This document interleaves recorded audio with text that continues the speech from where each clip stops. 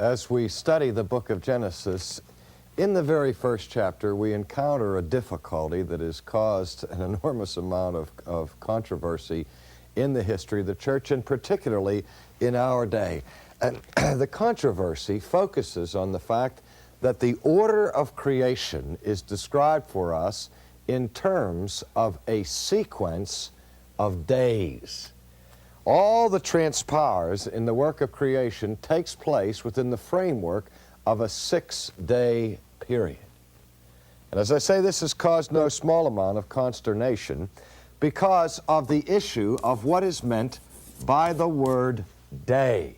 Are we to suppose, after reading the scriptures, that the entire ordering of this planet was accomplished in 6 24-hour periods? Is the earth very recent in origin, or has it been here for millions of years? And the debate goes on, now even carrying over into the law courts and into the school systems as to the dispute of whether or not the biblical account of creation is a viable account of the earth's origins and beginning in light of the scientific theories that stand over against them.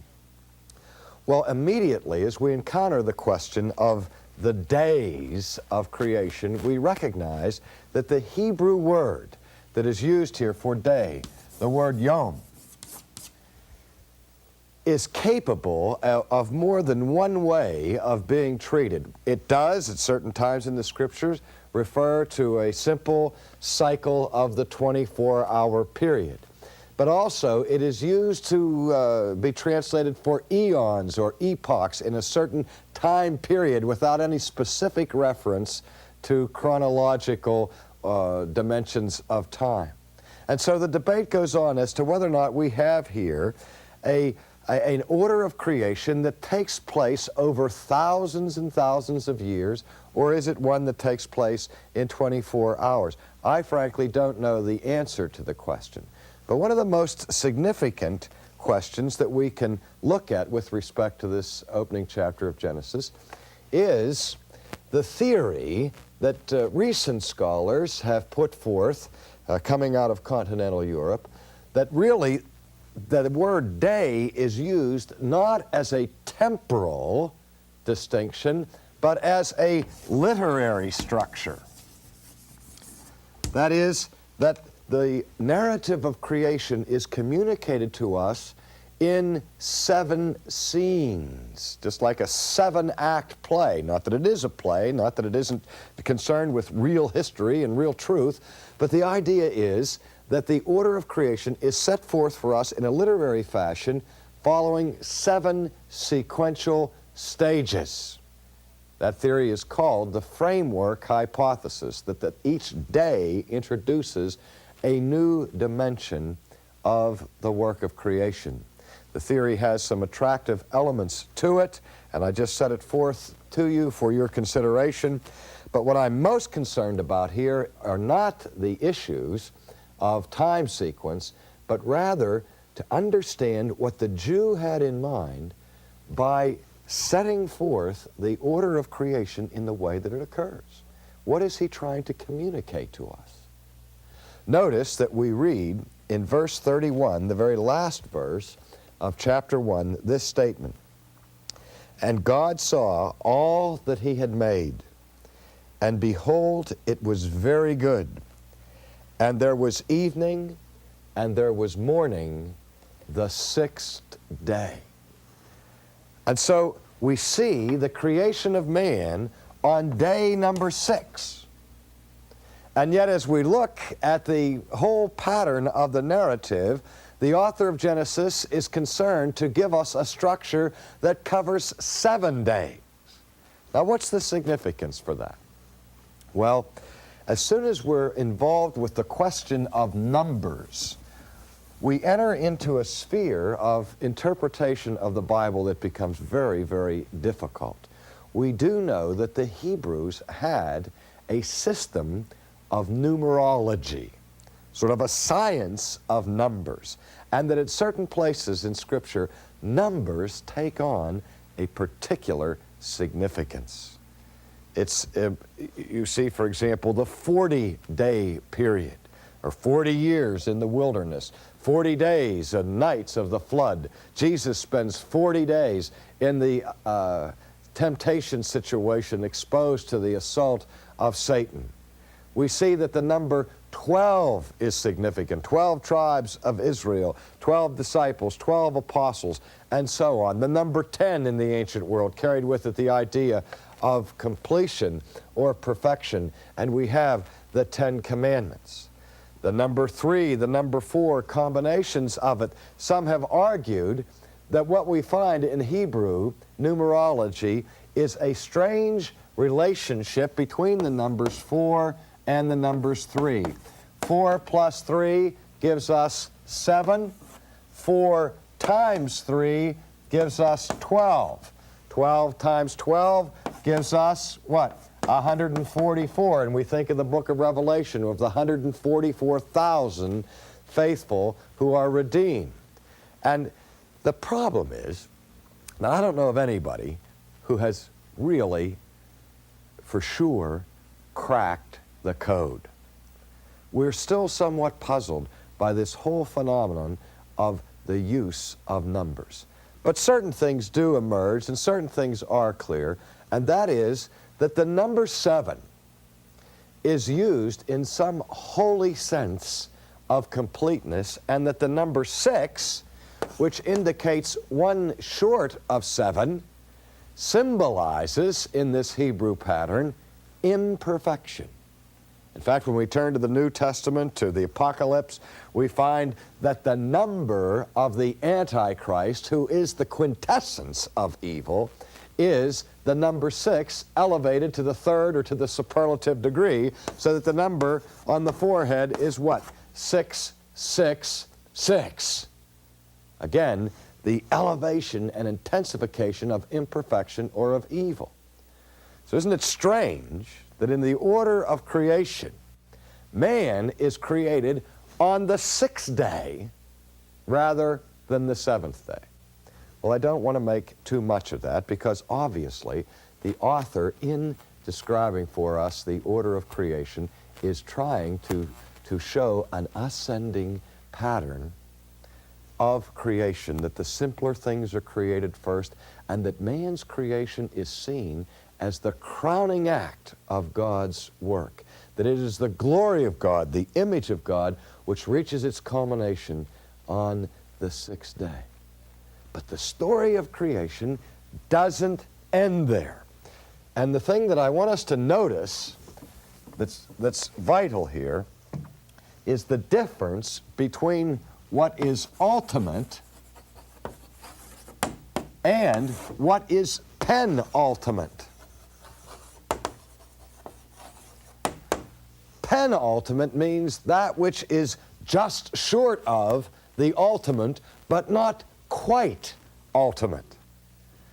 Now, if we look at the order of creation, we see that the creation of man is penultimate, not ultimate.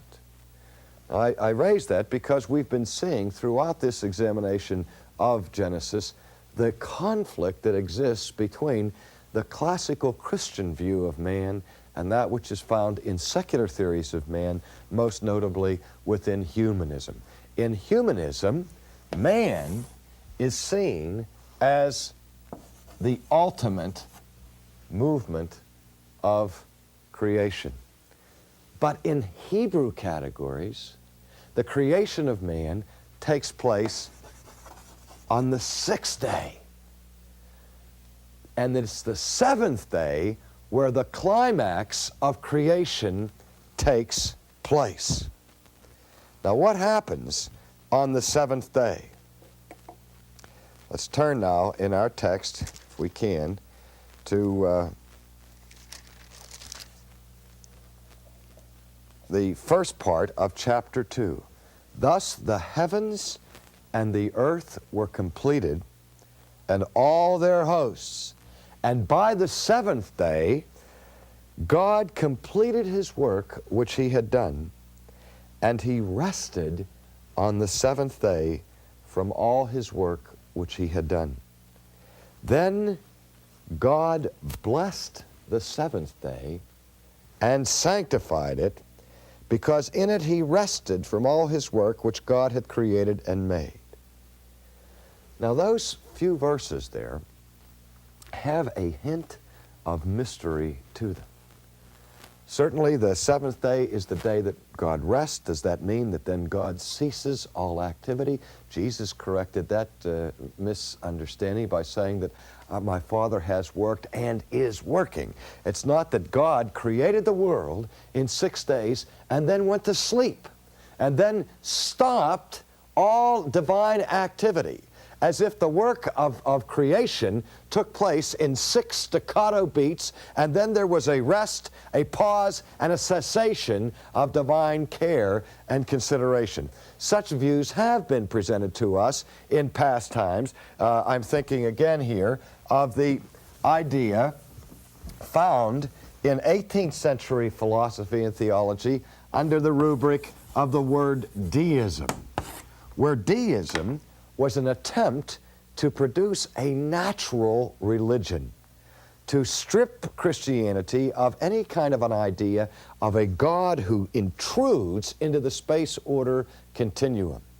The idea of deism was this, that the universe is like a giant clock, a very intricate mechanism with each part fitting closely together, and that it was fashioned and designed originally by a God. But that what God did was that he built the clock. He put the parts together, and then he wound up the clock and put within the clock fixed, immutable, mechanistic laws by which the clock would operate. And so that human history and time is simply the expression of the unwinding of the clock. But the axiom here was that once God creates the universe, he steps out of it and is never again involved within it. Now we have people in our society today who say, yes, I believe in God. In fact, the vast majority of people in the United States, according to the polls, over 95% of people in the United States say that, yes, they believe in God. Yet belief in God seems to have very little impact upon how we live our daily lives. And so we have to ask the question, what kind of a God do we believe in? Are we still living within the framework of deism, where we believe in some higher power, some cosmic force that started it all, but then stepped out of the picture and left the universe to operate on its own? We live in a mentality of anti-supernaturalism, that though the God hypothesis is still allowed to start the universe running, the idea of a God who is intimately related, intimately concerned, and daily involved in the lives of people is pretty much absent from the mainstream of our culture. In a word, what we have is theoretical atheism, but theoretical theism, but practical atheism. We live as if God did not exist. Or if he did exist, he was so remote from us that he has no relevance to our daily lives. That's the atmosphere that our contemporary culture breathes. And many believe that we live in a fixed, mechanical universe where God is absent, so that he worked for 6 days and then went on vacation and has been on vacation ever since. Well, that is utterly foreign to the biblical understanding of creation. In fact, if we go right back again to verse 1, in the beginning God created the heavens and the earth, we see that the Hebrew word there for creation is the word bara. Now, in the Hebrew concept of creation, in the word bara is contained the idea not only of a once-for-all staccato-like work of creation, but that the idea of bara carries with it that God not only creates suddenly, but that whatever he creates, he continues to sustain, to hold, to maintain, and to care for. In fact, we could use some illustrations here from the world of music, and we see that in the Hebrew concept of creation is built into it the idea of providence, the idea of sustenance, that what God creates, he sustains. Now, those of you that play the piano or sing, you know the difference between a staccato note and what's called sostenato, or to sustain a note. If you have a piano and you want to play staccato in a short clipped little beat, you touch the keys very quickly and abruptly, and you'll have beep, beep, beep, beep, beep. That would be a staccato type of beat. But if you want to play legato or sostenato, you play the note and you hold it. You might even use the foot pedal to sustain it. And so that when you play that note, it goes beep. Well, that sustaining action is what is built in to the word bara. So the one thing we don't want to do when we look at the seventh day of creation is to assume that God has worked and now quits and moves out of the picture.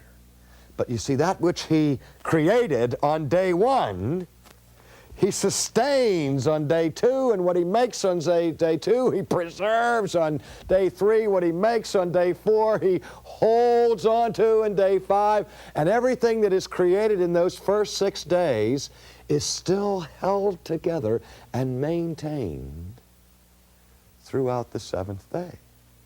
God is resting, whatever that means, really.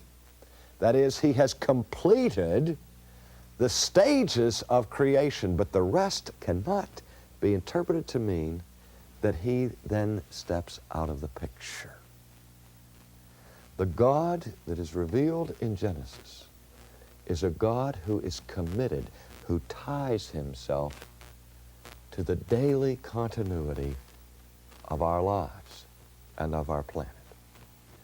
Now, what are the implications of that? The implications of that are that the universe is not left on its own. We see and study the universe, and we say through the law of thermodynamics that the amount of available energy is running out, and the universe is kind of slowing down, and it's going to run down, and we can project into the far distant future the idea where the universe sort of stops and disintegrates. Such a projection can't be made from Genesis, because it would presuppose that the God who creates and sustains will someday run out and pass away. Now, what we have then is this conclusion, that not only are we dependent upon God for our origin of human existence, but for the very fact that we could continue to live from day to day, we are dependent upon God. That is, man's original existence and man's continuity of existence both depend on the sustaining power of this God who creates. All right, there's another dimension here with respect to the seventh day that's very important. We have to ask this question: what else does God do on the seventh day? And perhaps even a prior question, why did God create man in the first place? Why are we here? Why does God bother to set man on this planet? Well, we notice that in verse 3 of chapter 2, the following words: "Then God blessed the seventh day and sanctified it, because in it he rested from all his work which he had created and made." Now, you would think that if the sixth day is the pinnacle of this 7-day period of creation, that if the sixth day is the ultimate day of creation, the day where the crowning act of glory is brought to pass with the creation of man in God's own image, well, it's the sixth day that we would expect, at least I would expect, that would be the day that God would bless and hallow and sanctify. That's the day that the humanist hallows and sanctifies, because there they see that the highest end of creation is man. And so the ultimate accent for the humanist is placed on the sixth day. But that's not where the Old Testament places the accent. The blessing, the consecration, the hallowing takes place on the seventh day. Now, what does that mean? Herbert Richardson, late of Harvard, very important American theologian, postulated the theory that I think has some merit to it, that what the author of Genesis is saying to us with this structure of 7 days is that the goal of creation is not simply the existence of man, but that the goal, the ultimate goal of creation is what Richardson calls Sabbath holiness.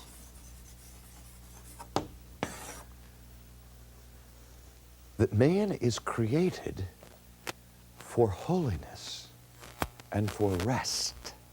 That is to say, that the future of humanity, the destiny of man, is found in holiness and in rest.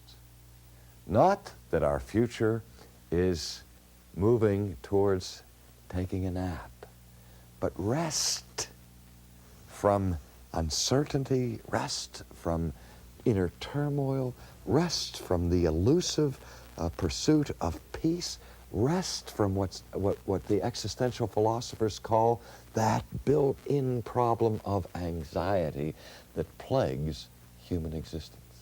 Again, 20th century psychologists and 20th century existential philosophers say that man's existence is defined by what the Germans call Angst, anxiety, a sense of lostness, a sense of meaninglessness, something that begins to eat away at us as lost people. It was Augustine in the 4th century who said in the beginning to his classic work on the Confessions, in that prayer, he said, "O God, thou hast made us for thyself, and our hearts are restless until they find their rest in thee." Now, weaving that together, what Richardson is saying is that man was not made for restlessness, but he was made for that inner peace and stability and quietude that comes from the fulfillment of man's nature as it relates to God. But that there is a link between rest, that is freedom from anxiety, freedom from this haunting loneliness, this awful, empty feeling of anxiety that buffets us every day. There's a link between that rest, that Sabbath, and the purpose for which we were created, which is holiness. Again, we were made in the image of God, and we were made to have fellowship with God, and we were made to mirror and reflect the character of God. In a word, we were made for holiness. Now, we go back to the text and we see that the New Testament makes much out of the institution of the Sabbath in creation. That the Sabbath day is not something that just pops up later on in Israel's history at Mount Sinai, where the law is delivered and God requires that one day in 7 be set apart and consecrated for religious devotion and cessation from worldly activities. But the New Testament, particularly the author of Hebrews, sees more in this institution of the Sabbath day. That the Sabbath that we celebrate even today points to the future destiny of the created world. that every Sunday or every Sabbath day there's a sense in which we are to stop from our normal activities, stop from our labor, come into the presence of God, worship that God, contemplate that God, and then think of the promise of the future that has been stored up for us. There is a Sabbath rest that awaits the people of God. The destiny of the Christian is Sabbath holiness. The end of human anxiety, the end of human conflict, the end of warfare as we enter ultimately into the peace and permanence and stability for which we have been created. But that can't happen until all remnants of sin are removed. That's why we look to heaven, to our future sanctification and glorification, whereby we will in fact have the mirror restored, and we will live in harmony and in beauty and in holiness in the presence of God in our future Sabbath.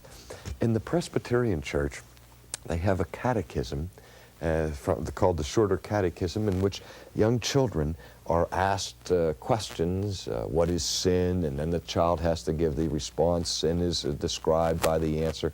But the very first question in the catechism is this: what is man's chief end? That's the question. As we look at the beginning of man, we want to know right away, all right, here's the beginning, but for what purpose is man created? What is the end of man? What is the design for man? Why did God create man? What is man's chief end? And when I was a little boy and I had to memorize the answer to the question, I was a little bit befuddled by it, because the question that we recited was this, or the answer that we gave was this: man's chief end is to glorify God and to enjoy Him forever. I couldn't put that together. I was intelligent enough and knowledgeable enough when I was 12 years old to understand that to glorify God had somehow tied into obedience and to a life of holiness, and that meant that I would have to restrain myself from doing certain things that I wanted to do. So how could I glorify God and have joy at the same time? But the point of the catechetical question was this: that man's ultimate joy, his ultimate fulfillment, is found in the seventh day, in the pursuit of holiness, in the pursuit of the glory of God, to glorify God, to manifest His greatness, to mirror and to reflect His character. That is the reason for our existence. That's man's raison d'etre. That's the reason why God placed us here, so that we see that the world was not created just for man. It doesn't end on the sixth day, but it's the seventh day that God blesses and hallows. It's that day He sanctifies to tell us that our origin and our destiny is in holiness.